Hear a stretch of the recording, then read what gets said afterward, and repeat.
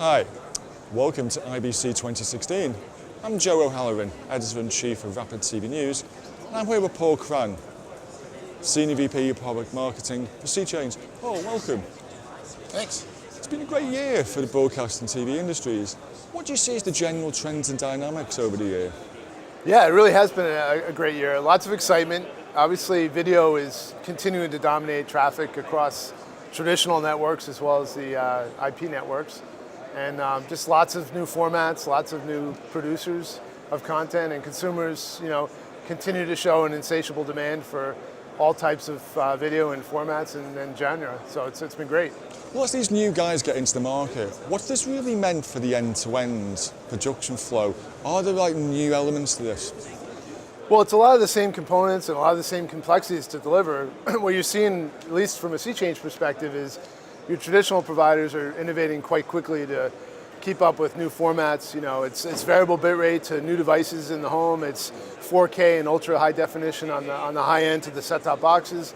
And you've got new providers that are introducing new types of formats, new commercial offerings, but they don't necessarily want to be involved with all the complexity. So on a SeaChange side, we're still delivering to the most demanding, largest service providers. They tend to take more of a systems integration role and put it all together themselves. On the other end of the spectrum, you have people just more interested in the business side and quickly getting it done, and they're looking for more integrated end-to-end and less operational burden. So we're kind of living in both ends of the spectrum.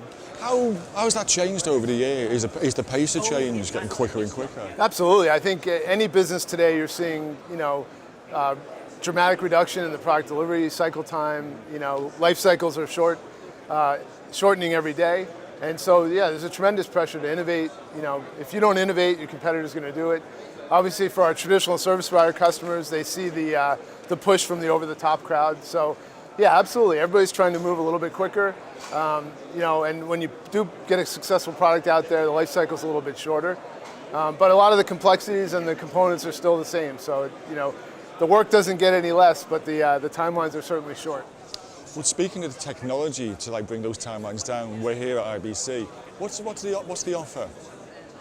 Well, the IBC is full of excitement, and again, what's new for people who've been in this for a while is you see a whole new set of players, right? You've now got traditional alliances are somewhat fractured. Some of the content people are looking to go more direct to consumer. But at the end of the day, the pieces are still the same, but the business model changes. Again, people are looking for more pre-integration, so SeaChange is working closer with many of our partners to do the upfront work, so our customers can take our joint products together to market much faster without the burden of doing all the work themselves. And again, on the other end of the spectrum, some customers are looking for more of an end-to-end from one provider like SeaChange. So we're very much best of breed working with our traditional customers, and we're seeing a whole new set of players that just want to have it more pre-integrated, more put together so they can move faster to reduce their time to market, reduce the risk, reduce the expense associated with it all. And what have you got here at this year's show? Yeah, so SeaChange is showing a few things. We're very focused on a couple of product areas. We're very focused on content management, and that's how do you ingest your assets and make them available for all these formats. How do you enrich the metadata so you can have a much richer UI and end user experience? We're focused on the back office where how do you manage these assets? How do you optimize the commercial aspect? You pay a lot for your content. How do you maximize the viewing? How do you maximize your pricing, your promotion of that content? We also offer ad insertion. So clearly, as the market continues to evolve, the ad subsidy, the ad part of the business model is important. So if you're on a subscription, you want to subsidize that with ads. If you're on another model, you still can make incremental money out of advertising. And then the UI is very important as well. So on our user experience side, we've brought to market a set of reference clients where people can take and deploy that as SeaChange, or they can use it as the basis to develop their own client, or they can use any client they choose. So our whole strategy is be best of breed of what we do in those product areas, and then let the market decide how you piece it all together.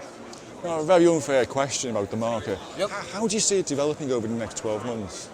Next 12 months will be, I think, a bit more of the same. Obviously, there's a huge legacy out there in terms of traditional set-top box, traditional video delivery. That's not going anywhere tomorrow, right? So, a lot of people talk about how things change.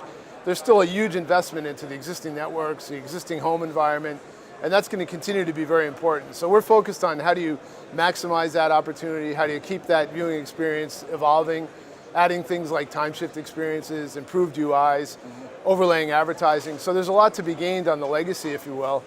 And then in parallel with that, you've also got the introduction of new models, IP devices, new viewing experiences, more robust consumer electronic type experiences. And so the two have to coexist. So SeaChange sits, we believe, at that intersection where we're maximizing the installed customer base. At the same time, we're allowing our customers to innovate with the latest devices, the latest viewing offerings. But it's really important that that's all put together from an operational perspective, from an end customer perspective. You want to have transparency of offers and consistent viewing experiences as I move from the home to my IP device and then outside the home. And nobody has the luxury of starting over, so you have to take the evolution forward and live in both worlds. That mass transporter IP, there's going to be like a data explosion. Oh, it's already happening.